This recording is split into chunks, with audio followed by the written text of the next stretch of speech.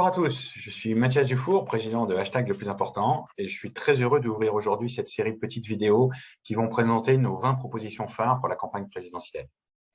Notre idée clé, c'est qu'investir dans les compétences pour réussir une transition écologique et numérique inclusive doit être une priorité majeure du prochain quinquennat. C'est pourquoi nous proposons 20 idées simples, concrètes, efficaces, qui chacune faisant l'objet d'une petite vidéo comme celle d'aujourd'hui. Notre première proposition, c'est de réinventer et généraliser la VAE, la valorisation des acquis d'expérience, pour répondre au double défi d'une société plus apprenante et plus inclusive. Donc, pourquoi cette proposition? Parce qu'il est plus crucial que jamais de reconnaître et valoriser les acquis de l'expérience tout au long de la vie. C'est le cas en particulier pour les populations dites peu qualifiées, les plus touchées par la crise, dont la réalité des expériences et des compétences doit être mieux révélée et valorisée.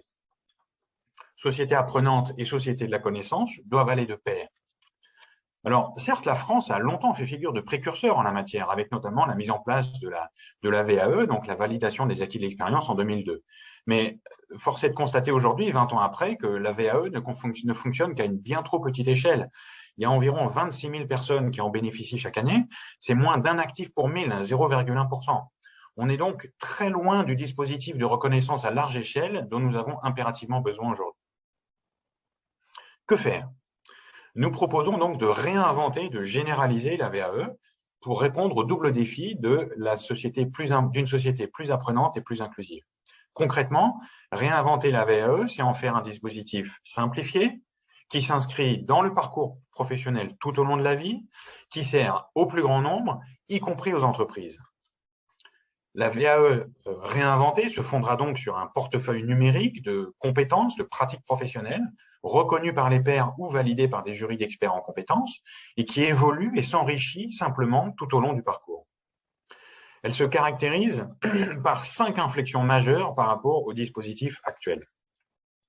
Premièrement, il s'agit de passer d'un dispositif centré sur des diplômes à la reconnaissance plus large de pratiques professionnelles et de compétences, y compris des compétences qui peuvent être développées dans le cadre d'activités associatives, ainsi qui seront accessibles à un public beaucoup plus vaste, notamment pour les travailleurs peu qualifiés.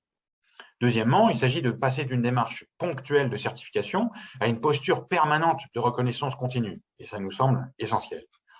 Troisièmement, il s'agit de compléter le système de reconnaissance formelle, basé sur des jurys d'experts et des référentiels figés, par une reconnaissance plus collective, plus ouverte, fondée notamment sur l'endossement par des pairs et des référentiels mis à jour en temps réel.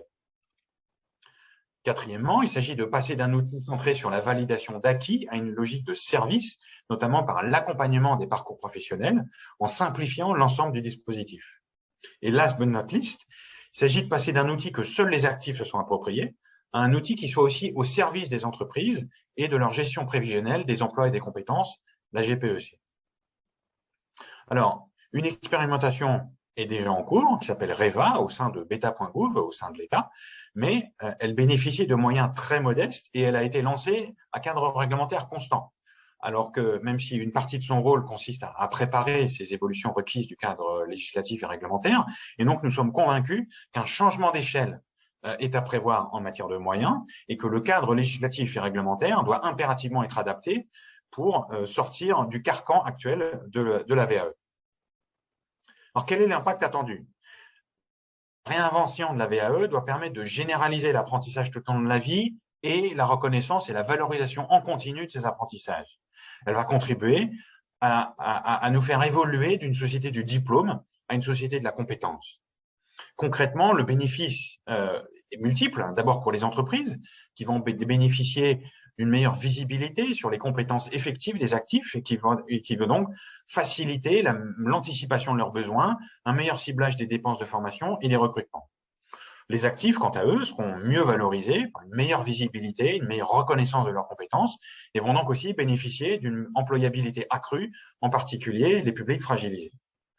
Nous pensons qu'un objectif de 10 millions de personnes, 10 millions d'actifs, bénéficiant d'une VAE d'ici 5 ans est atteignable, ce qui représente environ 30% des actifs. On voit qu'on est très très loin des 0,1% qui en bénéficient chaque année. Voilà, merci à vous et à demain pour une nouvelle proposition.